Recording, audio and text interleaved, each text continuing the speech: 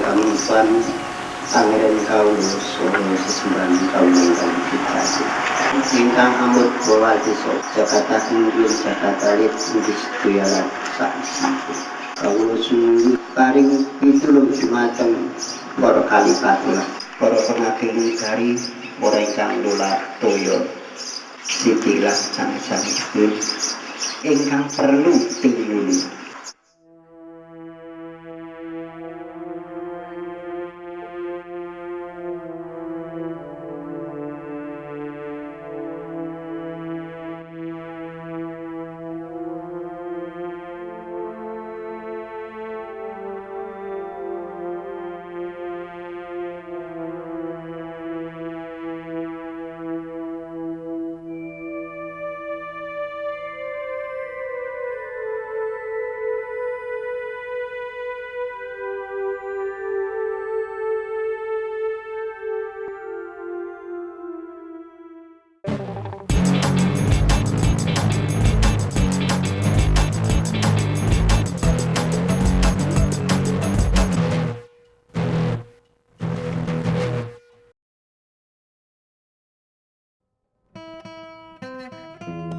Kuarasan, sebuah desa yang terletak di Kecamatan Juwiring, Kabupaten Klaten, dulu dikenal sebagai lumbung padi terbesar di Jawa Tengah. Petani di sana dapat menanam padi sepanjang tahun karena tanahnya subur dan airnya melimpah.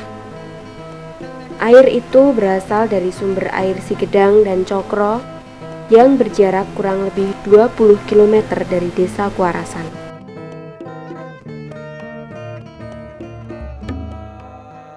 Tapi sekarang, mengapa petani di desa Kuarasan lebih sering mengalami gagal tanam dan gagal panen? Dan kenapa pula air yang berasal dari sumber mata air tidak dapat lagi mencukupi kebutuhan irigasi? Sebenarnya, apa yang menimpa warga desa Kuarasan saat ini?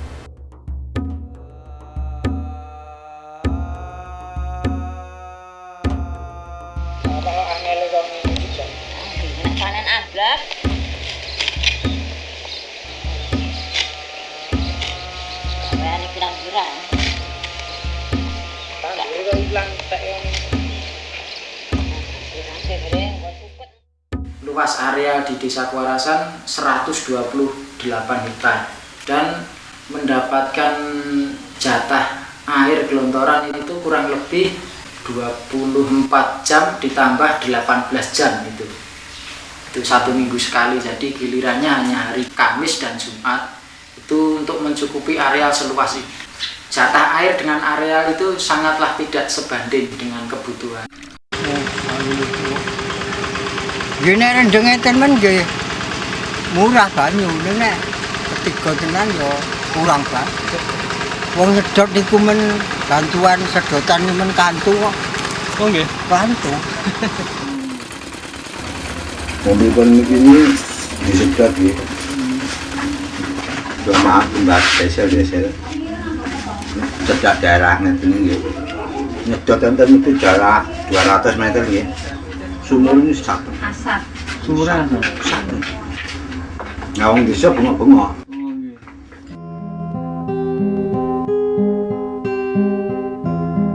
Pemerintah menawarkan kepada desa-desa bentuknya diesel dan pompanisasi. Anda buat sumur, nanti saya kasih bantuan diesel dan pompanisasi. Bahkan pompanisasi itu tidak ramah lingkungan, jadi itu nanti bisa menimbulkan permasalahan baru di masyarakat. Contohnya begini, di perkampungan masyarakat butuh air untuk mandi, untuk sarana hidup, untuk minum dan sebagainya. Tapi dengan adanya petani mengambil air tanah dengan pompanisasi, itu sumur-sumur di lingkungan sini itu tidak keluar airnya.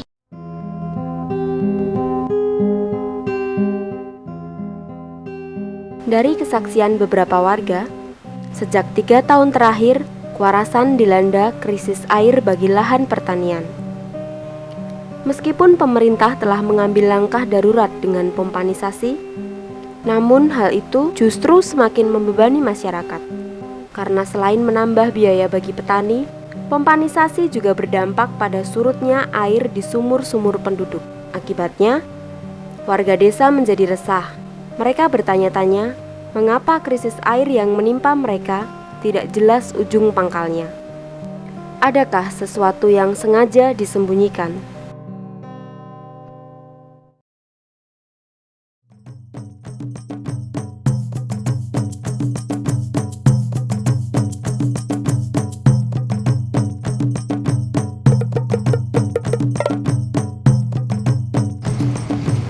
Langkung menika wonten Investama ingkang dipun wonten Aqua ingkang mangke wonten Panen Kuwer. Menika nyebabaken satunggaling masalah dhateng petani ingkang betahaken irigasi dhateng Kecamatan Jiwi. Dulu kita pernah ada gerakan demo ke DPR yang katanya bulan yang akan datang berikutnya itu Bupati bersama Direktur Investama mau ketemu dengan BRI. Kelanjutannya sampai sekarang kok yora ketemu, kok yora nek panggilannya, dan itu saya ngarep Pak, saya siap untuk demo terbesar lagi, saya oke. Kok menang aja po, detik pangan tuh menang sampai langsung gitu Pak. Kalau tidak ya alhamdulillah cuma saja. Terus kok menang tuh gimana tuh?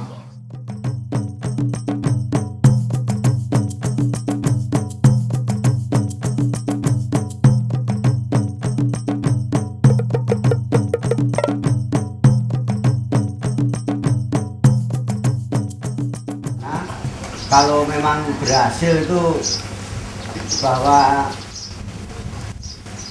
Investama itu merugikan oleh petani, mestinya harus ada eksekusi untuk penutupan kalau kita menang.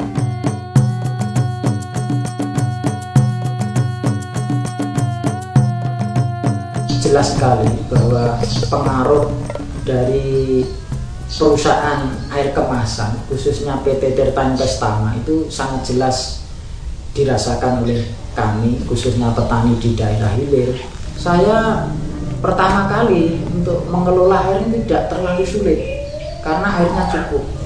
Tapi selama adanya kebijakan pemerintah yang mendatangkan investor asing dengan mengizinkan PT Tirta Investama beroperasi di sekitar umbul-umbul itu mata air di Cokro itu, pengambilannya air itu tepat di tengah-tengahnya beberapa mata air di wilayah Cokro.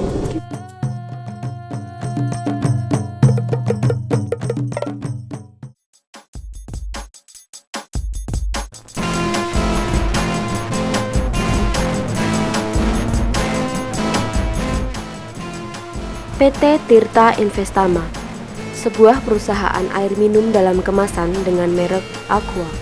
Sejak tahun 2001, 74% saham PT Tirta Investama dikuasai oleh Danone, sebuah perusahaan makanan dan minuman kelas dunia yang bermarkas di Prancis. PT Tirta Investama merupakan anak perusahaan dari PT Aqua Golden Mississippi yang menguasai 50% pasar air minum dalam kemasan di Indonesia.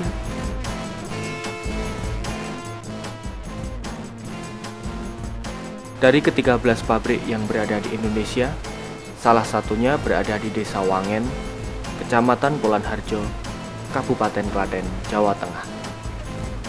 Dalam menjalankan produksinya di Klaten, PT Tirta Investama membangun sumur pengeboran air yang berjarak kurang lebih 15 meter dari sumber mata air Sigedang dan berada di antara sumber mata air lainnya seperti Kapilaler, Ponggok, dan Cokro. Bagi petani Kuarasan, mata air Sigedang dan Cokro telah menjadi sumber irigasi bagi lahan pertanian mereka.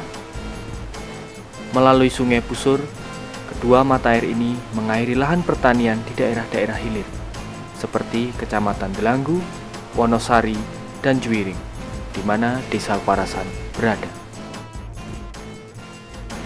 Dalam menentukan lokasi untuk pabriknya, PT Tirta Investama atau Aqua Group itu selalu melakukan penelitian sebelumnya, dan penelitian ini bukan penelitian yang sangat sederhana tapi cukup rumit dan cukup mencakup berbagai aspek, termasuk aspek sosial maupun aspek lingkungannya. Dan kami melihat bahwa Klaten ini mempunyai sumber daya air yang cukup besar, kemudian juga jangka waktunya itu cukup lama karena daerah resapannya sebetulnya cukup luas.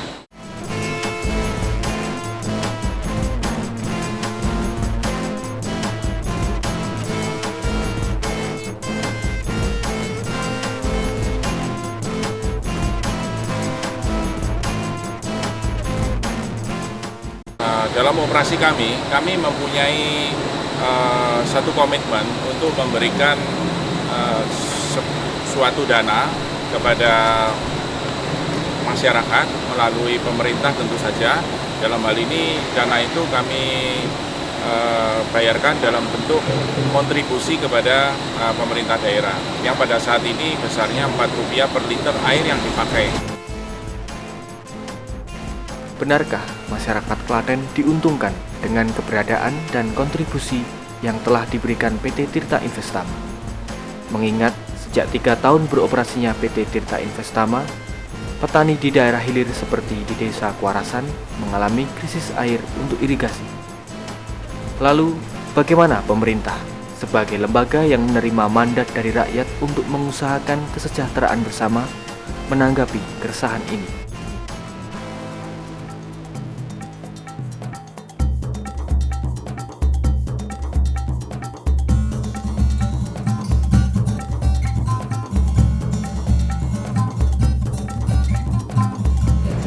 Klaten itu ada usaha yaitu PT Tirta Investama.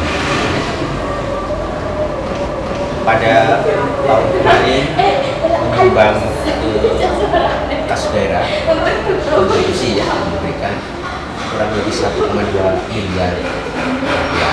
Ke depan itu kontribusinya dihitung yang semula Rp2,7 menjadi Rp4 per liter terpakai.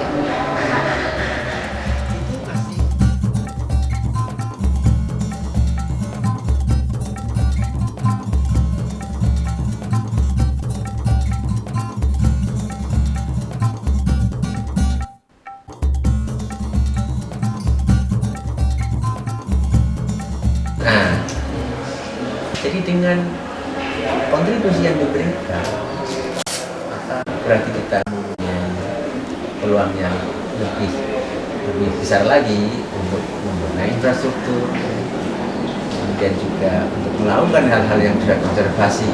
Nah, itulah yang kami maksud perspektif mencari sebuah langkah yang bijaksana, yang menggunakan, yang memelihara.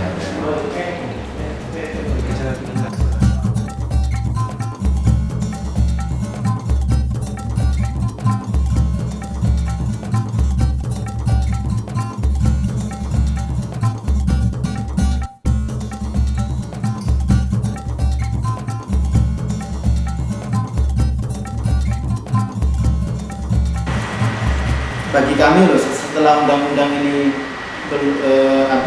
diberlakukan kemudian belum selesai urusannya, ya kami tidak bisa berkomentar.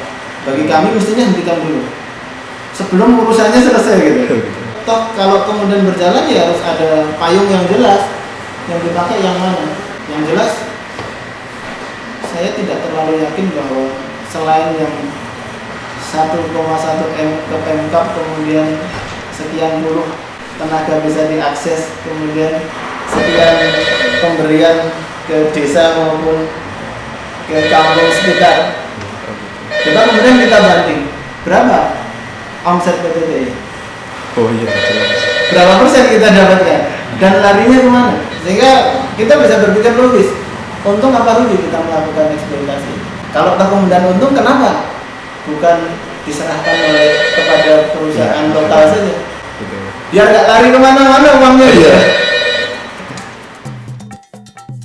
Air sebagai hak asasi manusia telah dijamin oleh pemerintah agar tidak dikalahkan oleh kepentingan bisnis. Jadi, bijaksanakah bila pemerintah dan wakil rakyat lebih mengutamakan kepentingan bisnis daripada kesejahteraan masyarakat khususnya para petani. Mempertimbangkan bahwa selama 3 tahun beroperasi, PT Tirta Investama belum mempunyai izin kelayakan lingkungan.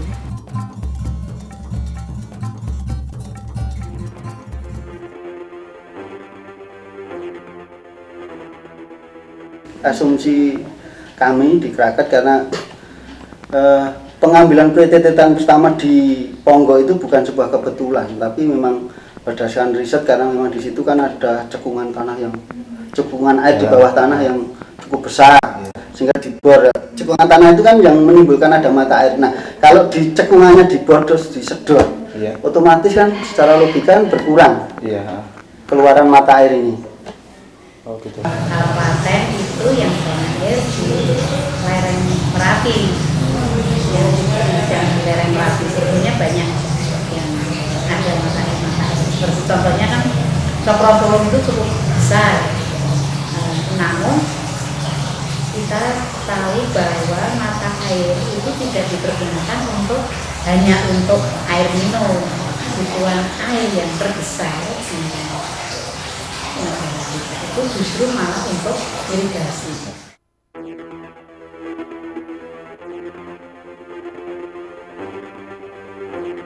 Irigasi itu antara 1 sampai 1,4 liter per detik per hektar. Tapi kebutuhan orang itu hanya 150 itu kalau sudah di kota besar itu diperkirakan hanya 200 liter per orang per hari. Sehari itu berapa detik kan? Banyak sekali. Sehingga kebutuhan irigasi itu memang yang terbesar.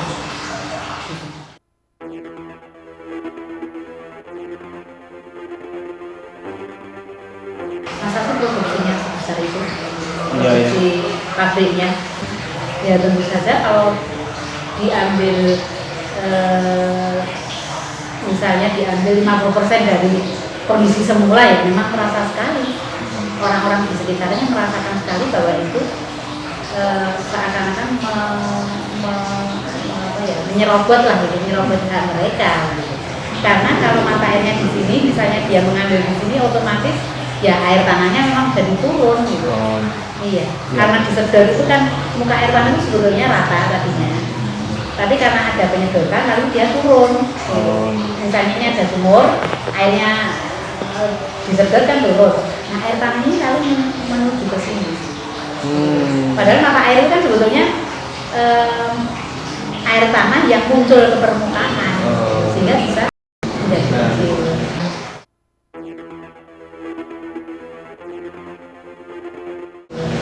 Supaya tidak ada konflik. Dan supaya tidak ada konflik apa? Semua mendapat keadilan.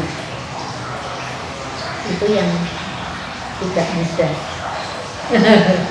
Ya, bagaimana kita bisa mendapatkan air yang adil secara adil?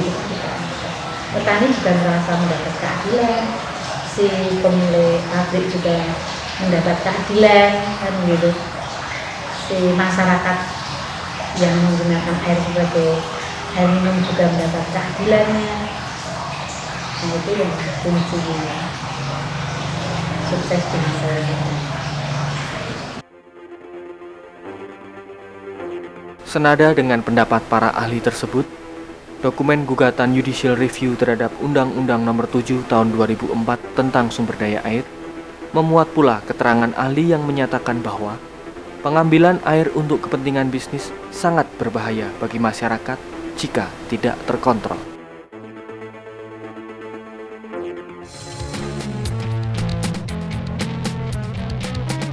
Bukan tanpa sebab jika kini air disebut sebagai emas biru, karena air dipandang sebagai komoditas yang menguntungkan. Praktek komersialisasi air yang berlebihan dan seolah-olah tanpa aturan kian hari kian merebak, sehingga menyebabkan fungsi sosial air menjadi hilang. Bahkan air seringkali menjadi penyebab terjadinya konflik. Dalam situasi ini, rakyat sering dijadikan korban. Tak jarang mereka saling berebut air demi mempertahankan hidup. Enggak, dari awal itu Janib banyak itu anyep. Ini dengan kebutuhan semakin seperti itu bisa semakin panas. Nah itu namanya air. Kemarin hampir saya sumbat itu sumbernya. Sehari semalam sedot terus. Tempat saya sudah nggak ada air. Depan itu, lah warung bengkel itu ya. Itu ya nggak bisa, padahal sumbernya banyak dari dekat kali. Tuh, kalau nggak kamu bersihkan akan saya sumbat sumbernya.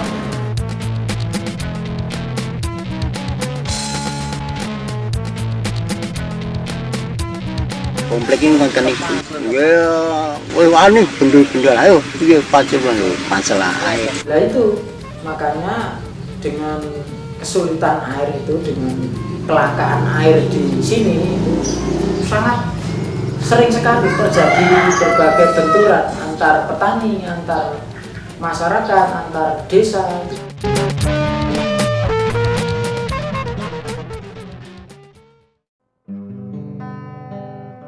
Dalam hidup bersama, air menjadi kebutuhan utama dan tidak dapat digantikan oleh barang yang lain. Jaminan terhadap ketersediaan air bagi masyarakat diatur dalam Undang-Undang Dasar 1945 dan diselenggarakan oleh pemerintah.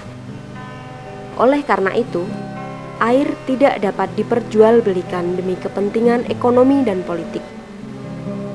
Masalahnya kemudian, hak atas air tidak lagi dijamin secara adil. Terlihat dengan adanya persekongkolan antara negara dengan pengusaha demi kepentingan kekuasaan dan modal. Akibatnya, hak rakyat atas air diabaikan oleh pemerintah. Buktinya, praktek komersialisasi dilindungi, bahkan dilegalkan. Nampak sekali betapa persekongkolan antara poros negara dan pasar mampu mengalahkan masyarakat warga atas air.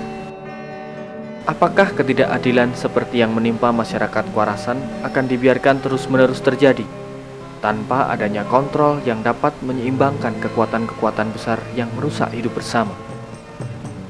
Lalu, apa yang bisa kita lakukan untuk mewujudkan keadilan dalam hidup bersama ini? Beranikah kita mencoba cara-cara baru dalam menyikapi segala bentuk penyelewengan kekuasaan yang merusak hidup bersama?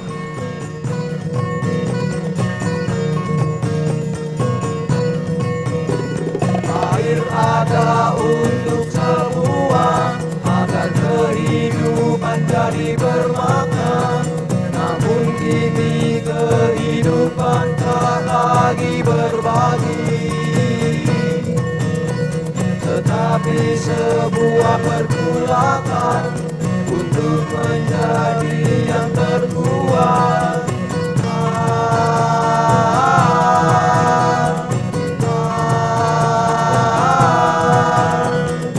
Air ada bagi semua, hanya tinggal sebuah dongeng yang terlupakan.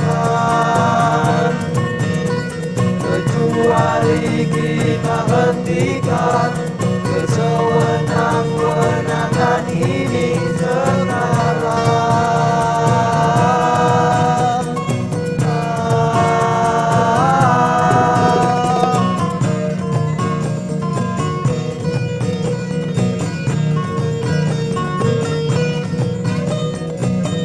Sudah beberapa bulan Bapak tak bisa tanam padi karena sawah-sawah kering. Tanpa air, Bapak tentu sulit bertani. Dan emak sekarang perlu banyak waktu karena harus antri untuk menimba air di sumur supaya dapat memasak air di dapur. Sekarang aku juga harus lebih jauh berjalan,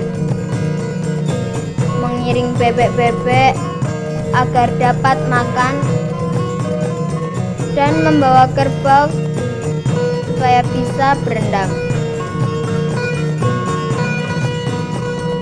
Kemana larinya air yang menghidupi seluruh desaku?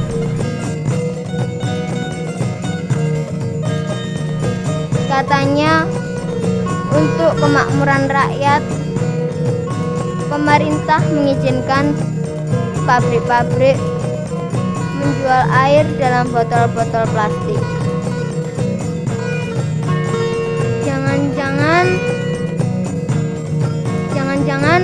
Hari depanku juga ikut terjual dalam botol-botol plastik itu.